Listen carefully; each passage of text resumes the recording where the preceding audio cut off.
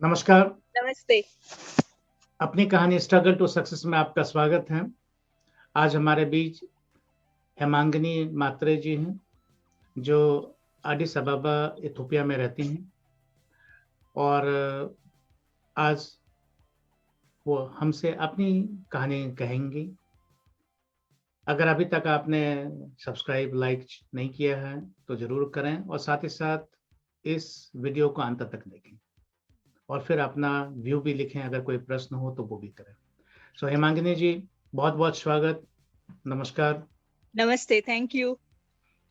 तो आप कुछ अपने बारे में बताएँ कि आप मुंबई से या इंडिया से आप कैसे एडिस अबाबा पहुँची और कैसे आप क्या अभी तक की यात्रा को आप बताएँ?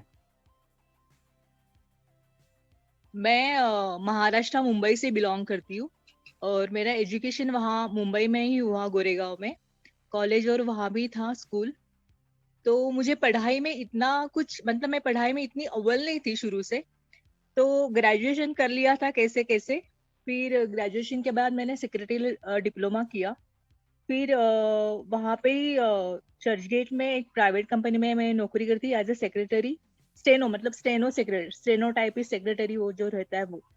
और लेकिन तभी मेरा कनेक्शन फिर बाद में मैं नानावटी हॉस्पिटल ऐसे-ऐसे काम करती गई। लेकिन मेरा तभी वहाँ पे काम में मन नहीं लग रहा था। मन मतलब बहुत ऐसे स्ट्रेस हो जाता था और खुशी नहीं मिलती थी। मतलब पूरा दिन काम, काम, काम और फिर वो ट्रैवलिंग का भी। तो मुझे ऐसे अंदर से ऐसे कुछ खुशी नहीं हुई थी कि मैं कुछ कर रही हूँ। जैसे मैं कुछ पढ़ाई कर रही हूँ तो मुझे अच्छा हिस्ट्री अच्छा लगता था, तो मैं हिस्ट्री ज़्यादा पढ़ती थी।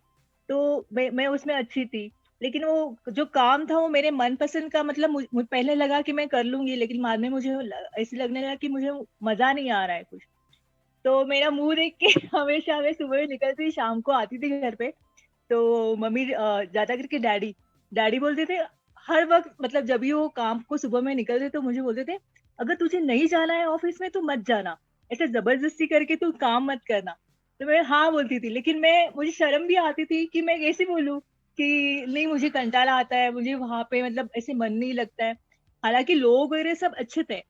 फिर डैडी फिर भी 2-3 दिन ऐसे मतलब 2 महीना ऐसे मैंने निकाले कैसे-कैसे। फिर डैडी ने एक एक दिन वैसे मतलब मम्मी-डैडी ने एक दिन बैठ के बुलाया और बैठाया और बोले, "अगर तुझे नहीं पसंद है, तुझे बहुत स्ट्रेस हो रहा है, तेरे चेहरे पे दिख रहा है, तो तू छोड़ दे। तुझे जो चाहिए तू बाद में तू कर लेना अभी।" तो तो मैंने बोला, "हाँ, मुझे थोड़ा-सा ऐसे स्ट्रेस वगैरह लगता है। मुझे वो एटमॉस्फियर वगैरह हॉस्पिटल का मुझे अच्छा नहीं लगता है और वहाँ पे सब आते-जाते तो मुझे अच्छा नहीं लगता है" करके। तो मैंने वो जॉब तभी छोड़ दिया था। उसके बाद मैंने वहाँ पे मतलब ज़्यादा ट्रैवलिंग ना हो इसलिए मैंने डैडी ने बोला मुझे कि तू यहाँ ही कहाँ तो मतलब जहाँ पे हम रहते थे वहाँ पे तू जॉब देख लेना करके। तो मैं ऐसे ढूँढने गई और एप्लीकेशन देने गई थी स्कूल में कहाँ पे टीचर का वगैरह जॉब हो। मतलब मुझे हिस्ट्री सिखाने का बहुत मन था बच्चों को। तो मुझे लगा कि मेरे हिस्ट्री के मार्क्स देके मुझे तो स्कूल में हिस्ट्री का कोई मतलब ऐसे टीचर का ऐसे कोई जॉब दे और मुझे ऐसे कुछ ऐसे नहीं था कि मुझे ऐसी अमाउंट मिलना चाहिए महीने का कि मुझे फाइनेंशियल ये नहीं था मुझे कि पैसे कमाने के लिए मुझे जॉब करना है। सिर्फ मुझे ऐसे मन को शांति और ऐसे सुकून मिलना चाहिए, ऐसे कुछ काम करना चाहती थी। तो मैं एक वहाँ पे एक स्कूल था, वहाँ पे मैं एप्लीकेशन देने गई थी। तो एक्चुअली वहाँ पे एक जगह खाली थी प्राइमरी बच्चों के लिए। तो वो वहाँ की जो प्रिंसिपल थी वो बोली मुझे कि अभी तो यहाँ पे और तभी मैंने एडमिशन एमए के लिए भी ले लिया था इकोनॉमिक्स में। तो वहाँ पे जो प्रिंसिपल थी तो वो बोली कि अभी एक काम करो कि तुम अभी ये जगह खाली है तो तुम अभी कल से तुम आ जाना करके और अपॉइंटमेंट लेटर वगैरह लेके जाना और तभी तुम्हारा एमए का भी कुछ मतलब तुमको ये नहीं होगा डिस्टरबेंस नहीं होगा तुम दोनों साथ में कर सकोगे ऐसे। तो मुझे बहुत अच्छा लगा कि मतलब हम सोचते हैं ना कि जो हमारे मन में जो चाहते हैं वो कहाँ तो भी हो जाता है और ऐसे भगवान रास्ता दिखा देता है। मतलब मुझे वो स्कूल का कभी नाम भी मैंने नहीं सुना था और मैंने कभी सोचा भी नहीं था। मैं ऐसे ढूँढते मतलब मैंने किसी को पूछा भी नहीं था और वो स्कूल वो एरिया का सबसे अच्छा स्कूल था। स्कूल में जॉब शुरू हो गया और स्कूल में जॉब शुरू होने के बाद मेरा जो सुबह में मेरा स्कूल रहता था और दोपहर को मेरा योगा इंस्टीट्यूट में सांता क्रूज में जाती थी। तो मतलब वो बराबर से वो रूटीन में बैठ गया। और मतलब 2 साल, 1 डेढ़ साल में मेरा योगा का भी वो पूरा कंप्लीट होने लगा। और बचपन से शुरू घर पे मेरे पिताजी तो थे, वो योगा करते थे, तो घर में थोड़ा सा ऐसे एटमॉस्फेयर था। और मेरे मामा जी भी योगा टीचर थे पहले। मतलब वो योगा की प्रैक्टिस करते थे, तो वो थोड़ा सा एटमॉस्फेयर था। मम्मी भी थोड़ा सा प्राणायाम वगैरह, उसको भी ज्यादा इंटरेस्ट था, तो उस तरफ ज्यादा झुकाव था। तो धीरे धीरे मुझे वहां पे ज्यादा इंटरेस्ट आने लगा योगा में। फिर मैं योगा इंस्टीट्यूट के कैंप, फिर वो बच्चों के कैंप, फिर हमारे एरिया में जो भी समर कैंप रहते थे, तो सब मुझे मिलने लगे, तो मेरा इंटरेस्ट ज्यादा उसमें बढ़ता गया। फिर उसमें मैंने ज्यादा पढ़ाई की। फिर मेडिकल योगा, मतलब जो डिजीजेस रहते हैं उसके लिए योगा कैसे सिखाने का, मतलब क्या होता है उसका। फिर वो मेरा एक्चुअली कुछ मेडिकल से कनेक्शन नहीं था फील्ड से, लेकिन मैं सीखती गई। और तभी मुझे एक किसी ने वहां पे एक बुक भी दी थी अच्छी सी, आप मतलब वहां से, योगा और मेडिकल, मतलब आप कैसे कनेक्ट कर। सॉरी, हाँ, मैं ये कहना चाहूंगा कि आपने एमए कर लिया है ना? आपने एमए कर नहीं, लिया? फिर मेरा एमए एमए हाँ, मैंने फर्स्ट पार्ट कर लिया था, क्लियर कर लिया था। ओके। फिर मुझे वो हो नहीं सका, मतलब मुझे क्या बोलते हैं, वक्त नहीं मिल रहा था इतना कि मैं एमए को ज्यादा ध्यान, क्योंकि इकोनॉमिक्स के लिए बहुत ज्यादा रिसर्च वगैरह करना पड़ता है, तो इतना मुझे, और पढ़ाई में मुझे इतना कुछ इंटरेस्ट नहीं था पहले से, मतलब एक जगह पे बैठ के पढ़ाई करूँ इतना मैं, ये नहीं थी, इतना काबिल नहीं थी पहले। हम्म, तो मैंने वो छोड़ दिया, मतलब एमए पार्ट 1 हो गया, फिर मैंने छोड़ दिया। सेकंड पार्ट मैंने नहीं, अब तक नहीं किया है कंप्लीट, तो वो हो रह गया।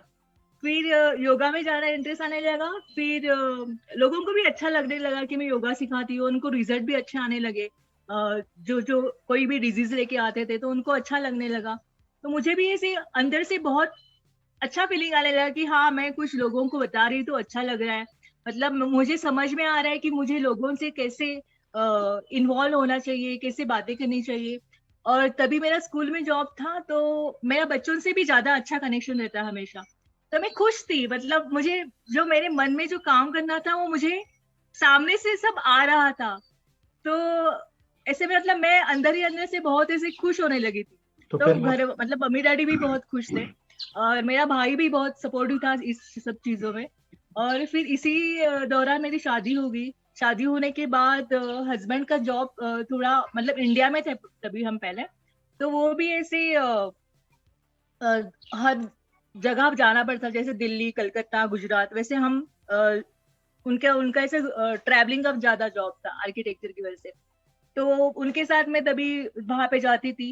लेकिन मेरा कनेक्शन योगा इंस्टीट्यूट से, तभी मैंने जॉब वगैरह छोड़ दिया बाद में, लेकिन तभी मेरा कनेक्शन जो था वो योगा इंस्टीट्यूट से मैंने लगा के रखा हमेशा। मतलब कुछ ना कुछ कनेक्शन बना रहे, और कुछ ना कुछ वहां से काम मिलता रहे, या कुछ ना कुछ बातें होती रहे। मतलब उनको, उनके साथ मैं हमेशा जिंदगी भर से जुड़ना चाहती, तो वो मेरा मोटिव था, वो हमेशा सफल रहा है कि मैं योगा इंस्टीट्यूट से हमेशा जुड़ी रही हूँ, और योगा से भी उस तरह से जुड़ी रही हूँ। तो जब भी हस्बैंड का जॉब, जब भी ट्रैवलिंग का था, मतलब हम वहाँ एक जगह से वहां पे जाते थे, तो थोड़ा उसमें डिस्टरबेंस आता रहा। मतलब हाँ, मुझे ये करना है, तो मुझे, मैं वहां पे पहुंच नहीं सकती, जैसे बॉम्बे में मैं वहां पे नहीं जा सकती थी। तभी मैंने वो छोड़ दिया, मतलब तभी उतनी मैच्योरिटी आ गई थी, क्या जाने दो बाद में देख लेंगे, जाने दो बाद में देख लेंगे। फिर ऐसे होते होते फिर अभी हम 10 साल से यहाँ पे एडिस में रह रहे हैं। तो एडिस में भी रहे, तो योगा इंस्टीट्यूट में जो है, उनके जो प्रमुख है वो बोलते हैं मुझे कि आप वहाँ पे आपके क्लासेस शुरू करो, हम आपको सपोर्ट करेंगे, ये मतलब हमेशा उनका वो रहता है। तो उनकी तरफ से मैं क्लासेस यहाँ पे लेती रहती हूँ। मतलब मुझे जितना चाहिए, मतलब हो सकता है उतना, मतलब मेरा घर वगैरह संभाल के। तो स्ट्रगल मेरा उस तरफ ही रहा कि जो मेरे मन में जो था हमेशा, वो मुझे करना था, और मुझे वो मिलते गया, मतलब जो चाहिए वो, मतलब बोलते हैं ना कि यूनिवर्स आपको सपोर्ट करता है। तो मेरे ख्याल से मेडिटेशन वगैरह भी इस चीजों में बहुत सारी मुझे हेल्प किया है। और नई नई चीजें मैं सीखती गई, जैसे चक्रास, बैलेंसिंग चक्रा, क्लिनजिंग वगैरह। तो वो चीजों से मुझे बहुत फायदा मिला है। आपके लाइफ में आप स्ट्रगल कहाँ रहा?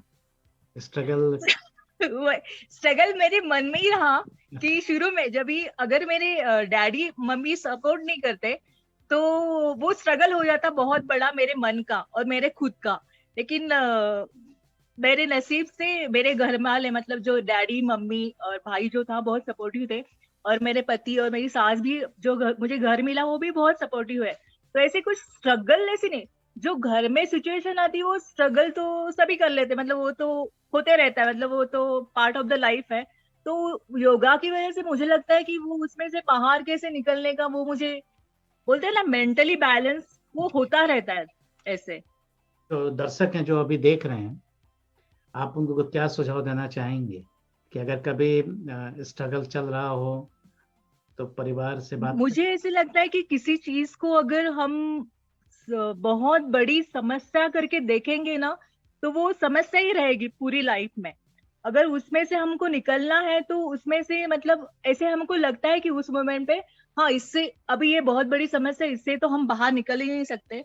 लेकिन थोड़ा शांति से बैठ के, थोड़ा बोलते हैं मन की शांति, मतलब वो सिचुएशन में हम मन को शांत नहीं कर सकते। मैं बोल सकती हूँ ऐसे, लेकिन थोड़ा शांत रहे, मतलब क्या बोलते हैं हम, सिचुएशन को एकदम से रिएक्ट ना करके थोड़ा वक्त देना, तो वो संभल जाता है। वो तो हमेशा मन में थोड़ा पॉजिटिव पॉजिटिव रहना चाहिए कि हाँ, और हमेशा मन में पॉजिटिव सोचते रहना चाहिए कि मुझे ये चाहिए तो मैं मुझे वो मिलेगा, कैसे न कैसे तो मिलेगा।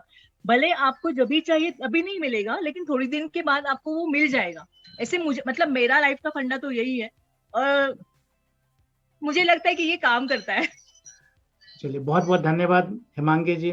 Thank you. आपका फंडा बिल्कुल सही है, जगह है और सही है कि जब आप सोचते हैं और असीम इच्छा शक्ति रहती है तो वो जरूर मिलेगा ही मिलेगा आपको। ये मेरा भी बराबर। फंडा है, ये मेरा भी यही मानना है अच्छा। कि आप, हाँ, कि अगर आपके मन में जो भी इच्छा है, अगर वो इच्छा बहुत स्ट्रांग है, आप उसके लिए कमिटेड हैं, तो इस जन्म में तो जरूर पूरा होगा ही होगा। थोड़ा बराबर। समय लगेगा, थोड़ा आपको धैर्य रखना पड़ेगा, पेशेंस रखना पड़ेगा।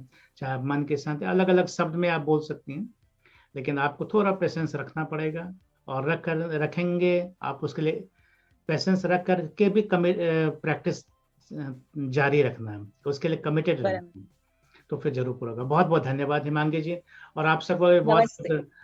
धन्यवाद कि आप लोग ने देखा। जो भी अगर आपको कुछ लगता है कि इसमें इम्पोर्टेंट, तो आप लाइक करें, सब्सक्राइब करें। धन्यवाद, नमस्कार। आपका भी बहुत धन्यवाद, मुझे आपने इसके लिए चूज किया, इसके लिए। नहीं आप, आपसे बात करके हमेशा अच्छा लगता है। Thank you Himangi ji. Thank you, thank you. बहुत बहुत धन्यवाद, नमस्कार। Thank you.